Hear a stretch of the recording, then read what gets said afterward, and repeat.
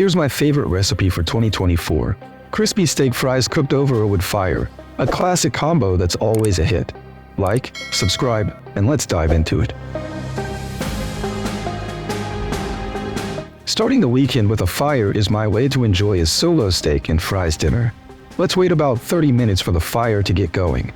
Once it gets hot enough and ready to go, I'll put the grill on top. I'm gonna place the steak, a nice ribeye, one of my favorite cuts, right in the middle. As the fire is pretty high, I'll grill this ribeye for 4 minutes on each side. Let's season the meat with salt and pepper.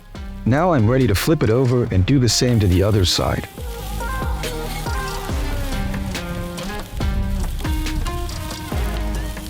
Okay, let's start working on the fries. First, I'm going to cut the potatoes into fries. You can make them as thick or thin as you like.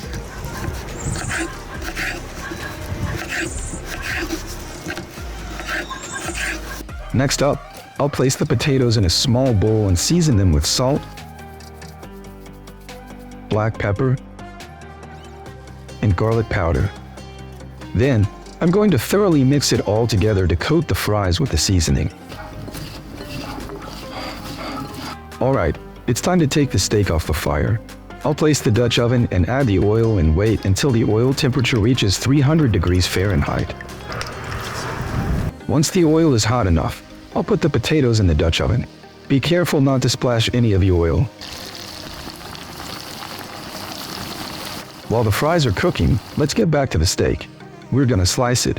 Check out the brown outside and pink middle. I'm going to cut the steak into thin slices, about half a centimeter thick.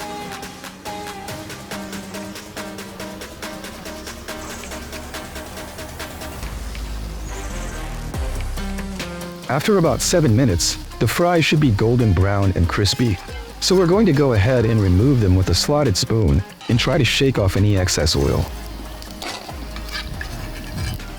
I like to serve the steak and fries very simply on a plate. They're a perfect match. I also prefer ketchup, but you can use any sauce you like. So this is my version of steak and fries over the fire.